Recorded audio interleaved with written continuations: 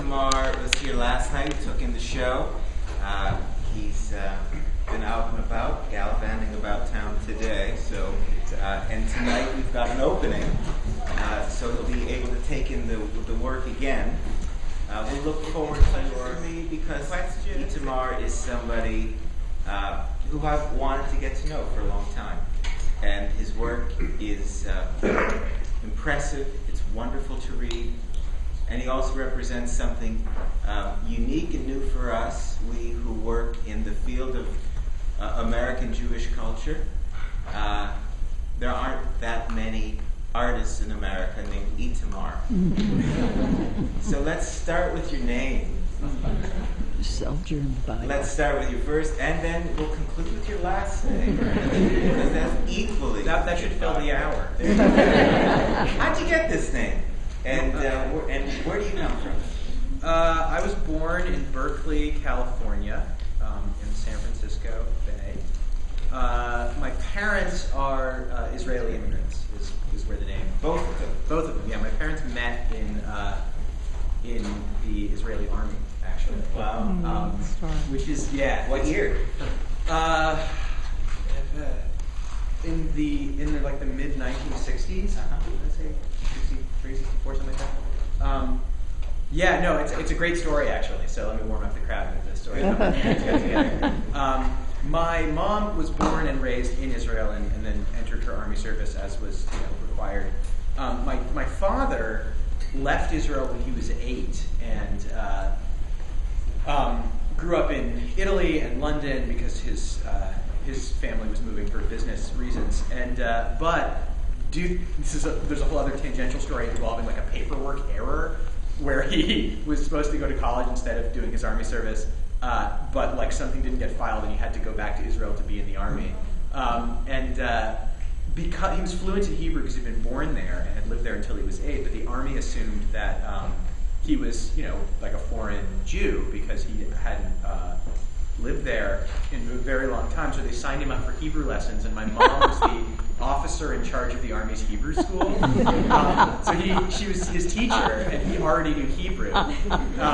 So he had nothing. He was a teacher's pet, and exactly. So he didn't have to learn Hebrew. So he just flirted with the teacher. But because she was his direct officer, technically he wasn't allowed to fraternize or whatever. So he suggested that the class take a field trip to like a local museum, and they got permission slips for everybody to leave the base. And then when my mom showed up at the museum, only my dad was there. And she said, "Where's everybody else?" And he said, "They agreed not to come." I think, from what I can tell, it's the coolest thing he ever did in his life. What's your dad's first name? His name is Gabriel. Gabriel. And what is he teaches over the years, high school, college, etc. Has your family, has Israel factored into your work? I think, in a literal way, rarely. I think everything, I've said this before, so I'm going to stick with it. But I think that there is something in like questioning, argumentative, whatever, like some of the certain aspects of things that are essential to playwriting feel to me very Jewish and very Israeli. So I think in a general sense it infuses all of my work. Now by that you mean what? Arguing a lot? What exactly? That. But arguing in a way that's not even necessarily about like anger or conflict or disagreeing. Argument as a method of delving towards the truth. Totally. That speech of mine that I gave that you posted on your website talks about that. There's something that playwriting is Talmudic in some way. So. Sure. But literally, almost never so far, except I wrote a play called Yellow Jackets, which is set at Berkeley High School in the early 1990s, which is when I was there. And Berkeley High is like a very racially diverse high school, and very like sort of political, because it's in Berkeley, everyone's arguing about politics and ideas all the time. And so there's a character in that play, the sort of me character in that play, it's the only time I've written a character who's explicitly like the second generation American child of Israeli immigrants, because it's a play all about identity and immigration and like how you like people coming from all these different places and holding on to their historical identities and then mixing together here and what that means. So I think when it's relevant, it comes in. But. So what you have written about in many of your works thus far, and you've got about 6 full-length plays, something like that. And so let's say in a great many of them, themes that have been identified as Itamar themes, and I think you've agreed with this, are friendship, competition, betrayal among men. Now, how is this applicable to a number of your plays, and then why do you suppose you're drawn to writing about that?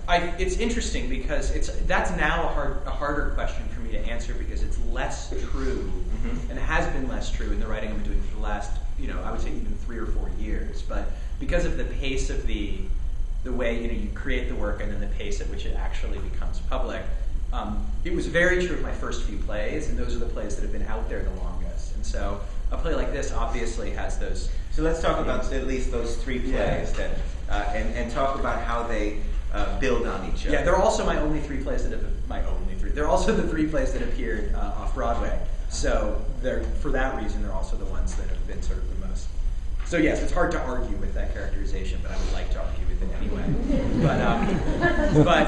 So this play, The Four of Us, and a play called Back, Back, Back, which is about the steroid scandal in baseball, although really it's a metaphor. And I just thought I'd throw that out there. And which is a play that it's 3 male characters, and sort of over the course of 20 years has their baseball careers go in different directions, and they do or don't use steroids. But a lot of the same themes that are in The Four of Us come in a different way, although the characters are very different because they're professional athletes. So the opposite of these guys. And then my first play that was in New York was a play called Bach at Leipzig, which is about all of the pipe organists who competed against Bach for the job of the sort of chief organist at the church in Leipzig, where he spent the rest of his life. He got that job in 1722, 1723, and stayed there until his death, writing all of the things that we sort of, he became Bach. And the play is about all of the other people who auditioned for that. So let's talk about, in all 3 of those plays, you've chosen a field to study an avocation that you must have some intensely personal connection to, whether it's music, playwriting, or baseball. So in what 3 senses are those true? Yes, they're literally worlds that I knew about and cared about. So there's that. That's always something that you're drawn to in terms of writing. You're a crazy baseball fan. It's less so now. I mean, my teams are back in the Bay Area, and it's harder to follow them from. It's like all the news is like a day late. And also, like my affection is really for like the Giants and the A's of like the mid to late '80s. And so now I can be like, the game's been ruined, and designated hitter. So I'm that guy now. But yeah, so I am a baseball fan, and I was like really sort of horrified and upset by the steroid issue. So I sort of kept thinking about that. I played classical piano when I was a kid growing up, and Bach was my favorite composer. So that's where that interest came from. But I think, there's the literal way in which, when I was trying to start a career as a writer, the tension between trying to make art, whatever that means, and like the professional business demands of trying to make a go of it, the tension between those things was something I was literally dealing with. But I think I don't know who said this, and maybe several people have, but I like it. The idea that in a good play, every single character, there isn't just like, well, that's the author and these are the other people. That every single character is in some way a fragment of the author's own psyche.